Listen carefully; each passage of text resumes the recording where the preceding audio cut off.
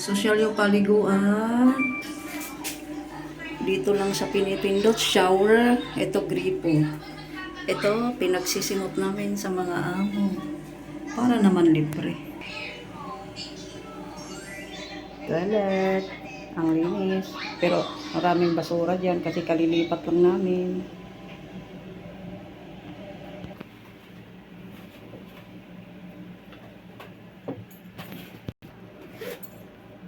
In fairness, lumalaki-laki ang aming kwarto ngayon. Dito ako. Ito yung lagayan ng damit. Iisang pinto. Panibagong kwarto. Hindi pa tapos. Tingnan mo naman ang itsura niyan. Puro molds.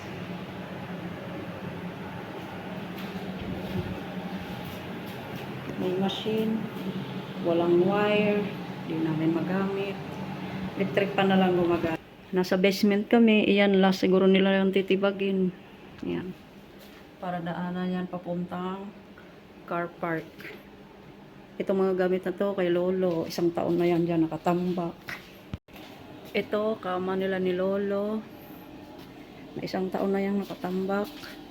Panibagong kwarto to sa pangilan na. Pangatlo. Ayan. Hindi namin alam kung kaninang kwarto to. Maaring driver o maaring katulong nila Lolo. Ayan. Ano to? Pangapat, pangsamantala mo nang ilalagay namin yung mga damit ng aming mga alaga. At nandito rin yung mga alak. Pero mamaya ililipat namin sa kabilang kwarto yung alak kasi bawal daw magkaroon ng humidifier. Gamitan ng humidifier. Ito. Ito siya kasi kailangan ang mga pang-winter kasi pag hindi yan gamitan ng humidifier, magkaroon ng moist, magmo-moles, magkaroon ng black dot. Ito yung hagdanan papuntang first floor. Pero mamaya natin puntahan yung first floor. Dito muna tayo sa basement kasi nandito kami sa basement. So, ayan ang itsura ng basement. Ito, fridge. May freezer kami. Ang ulam naman yan, oh. Pinagmakabang yung ulam sa sausage na lasang asim. Ayan, may dalawang gulay. Nandito yung aming kagamitan pero hindi namin nabubuksan pa yan kasi ang dami namin gagawin. Ayan, ililipat pa namin yan. Hahanapan namin ng kwarto kung saan kami pwede. Tapos ito, hindi namin alam kung, kasi sabi cheater daw ito, cheater. Let's see. Ayan. Tapos may konting stock room. Ayan. Itong pahagdanan niya papuntang first floor ba? Hindi ko alam. Oh yeah, first floor. Tapos ito, hindi pa tapos yan. Ito sopa ni Lolo na isang taon nang nakatambay dyan.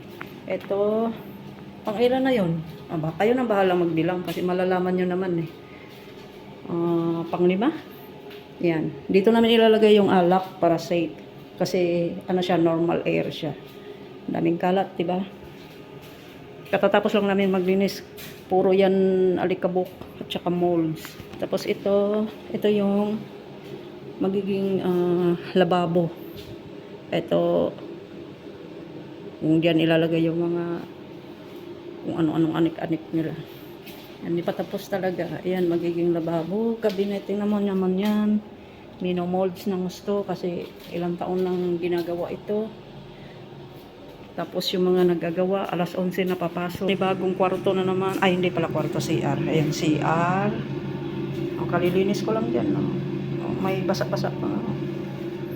Ayan. Tapos dito, mahjong area daw ito. Minamap ko yan. Pero yung iba tinaw nyo, molds. Ito, minamap ko na to konti. Ito may molds pa. Napagod talaga ako. Ayan, ito yung galing sa kabila. Sa kanilang old na binenta ng bahay. Ito, nagmo-mold na yung upuan. Itatapon rin yan. Tapos ito, toilet nila. Panibagong toilet, diba? Sosyalan. Ang ganda ng toilet nila. Ayan. Tapos natin dito sa mahjong area. Centralize yung aircon. Mahjong area. Pupunta tayo ngayon dito. So, diba, ang daming kalat. Sa amin yan. Kararating lang. Bolts ni Lolo. Ayan, ano yan, mga rep. Ito, mga gamit namin.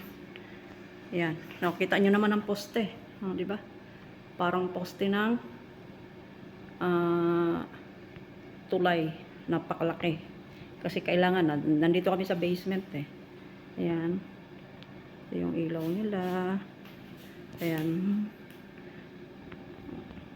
Hindi pa tapos. So, hindi namin alam kung anong gagawin nila rito. Ano. Ayan. Hindi pa tapos talaga. Pero, medyo malinis-linis na kasi nilinisan nga namin. Tapos, mayroon pa rito. Ayan, panibagong area na naman. Tapos, dito, ayan, tambakan. May panibagong CR. Ay, hindi pala CR siya. Hindi pala CR. Storage. Dito panibago rin. Storage.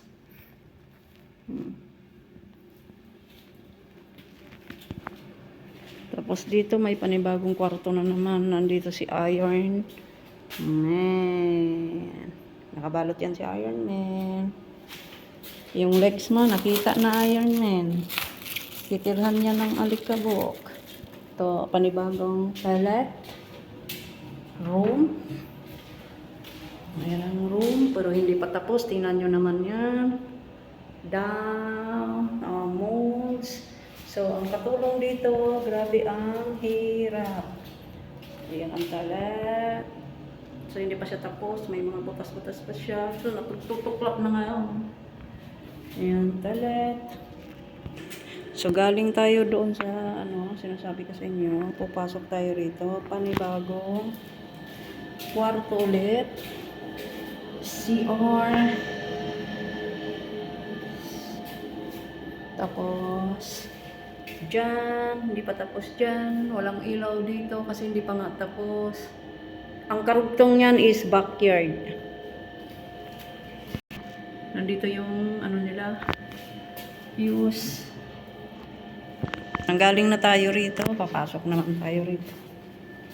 Pasok tayo rito. Hindi ko lang kung may ilaw. Mayroon palang ilaw. Ayan, toilet.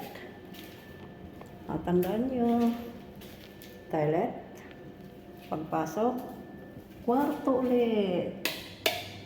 Kwarto ulit. Pero hindi pa siya tapos.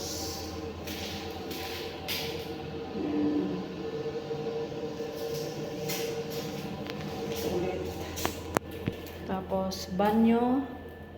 Diba? May banyo doon. May banyo rin dito. Tapos, kwarto ulit.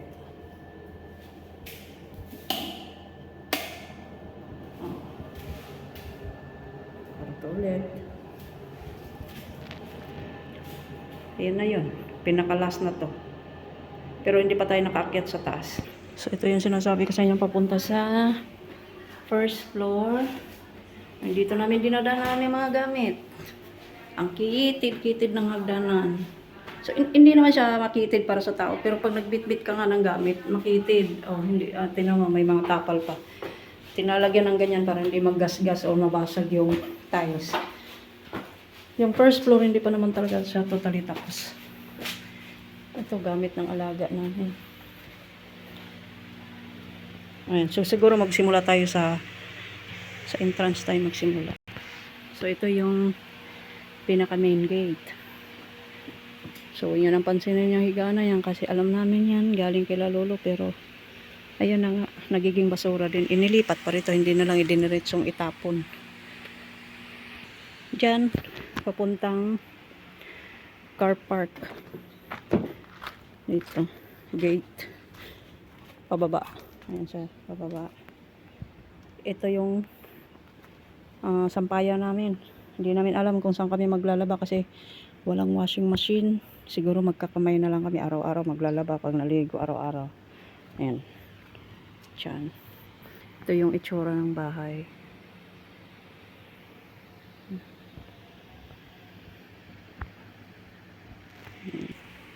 So sa bungad pa lang, ito na yung makikita. Puro na siya wirings. Dito, ano pa to? Magiging kwarto pa to, sigurado. Alam nyo ba guys, diyan diyan umiihi yung lalaki nung nakita ko yung mga trabahador dito kasi syempre wala nga namang, hindi, may toilet siguro, tinamad lang siyang bumaba, dugyot. O tingnan mo naman, binitbit yung washing dito pero hindi nagagamit, so masisira lang din yan kasi syempre dito hindi ko alam to kung anong klaseng room dito. Tapos panibagong pintuan yan papasok sa living area pero hindi pa nga kasi tapos. Ayan yan dyan, ito yung karugtong ng entrance eh. So mahalata naman siya kasi ayan ang handle niya. Ito hahakutin pa namin yan. Ito medyo bago pa siyang tignan kasi hindi pa masyadong naaalikabukan. Ilang araw pa lang naman to kasi naglipat kami mga August 11, 2026. Ayun, kompleto ko na para may remembrance ako sa paglilipat namin na sobrang pagod. Ayan, wala pang mga worker. Anong oras na, no? Diyan. Ayan yung mga tambak namin. Kailangan pa namin yung ipo-pull out. Pero pipiliin lang namin yung mga magagaan. Kasi siyempre naman, hindi namin kayang buhatin yung mga mabibigat. Tapos mga kagamitan ng mga manggagawa. Yan. Aakyat na sana ako dun sa second floor. Pero tatapusin natin hanggang backyard. Ayan. Ito guys, may butas to. Para yung mga mabibigat na bagay, doon nila ilulusot. Pero syempre, hindi natin bubuksan kasi mabigat tong plywood. Huwag kayong utsatsera dyan. Yan, gamit namin. Tapos ito yung sa backyard. Maluwag-luwag din yung backyard. Ang daming dahon. Ayan. Puro wirings. So sa inyo, living room pa lang to. Pagpasok sa main gate, diretso rito, ito yung magiging living room nila. So ito yung magiging, dito naman tayo papasok sa second floor. Ewan ko kung ilang 12 minutes na ako. Ayan.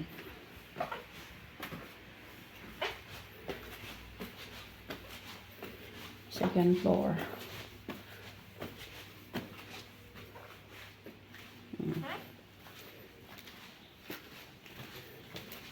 Dito balcony or sampayan kung sino man ang titira dito. Kasi napakaraming pamilya to. Yan.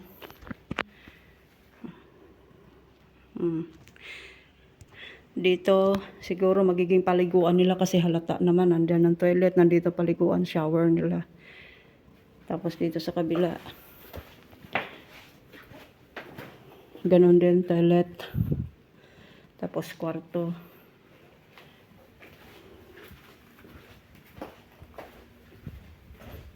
Dito another kwarto. Toilet. Another kwarto. Ito naman. Another toilet. Another kwarto. Nakailang kwarto na tayo. Ako hindi na ako nagbibilang. Ano na tayo? From basement, living room, first floor. Second floor. Akyat tayo ngayon sa third floor. Hindi ko alam ha, kasi wala pa naman manggagawa, kaya walang nagsasaway sa akin ngayon. Nagtutur ako dito. Ayan. Ito na yung third floor. So, hindi pa tapos. Ayan, nakita nyo naman, basag. So, ito yung magiging rooftop. So, nandiyan yung rooftop. Ayan. Diyan na magsasampay. Maluwag yan guys. Kaya lang hindi ko siya pwedeng lusutan kasi basag Tayo ay matutsugi dyan. Ayan lang. Sana nag-enjoy kayo sa tour ko na Mala Palacio ang aming nilipatan ngayon na walang kusina, walang lababo, wala kami lahat, pati tubig. Kaya hirap kaming ang tawag dito, magsaing. Pero nakiusap kami doon sa driver nila kung po pwede mag-extend kaming tumira doon sa pinanggalingan naming bahay. Para nga kumpleto. May inumin, may lutuan, may lababo. So, yun lang.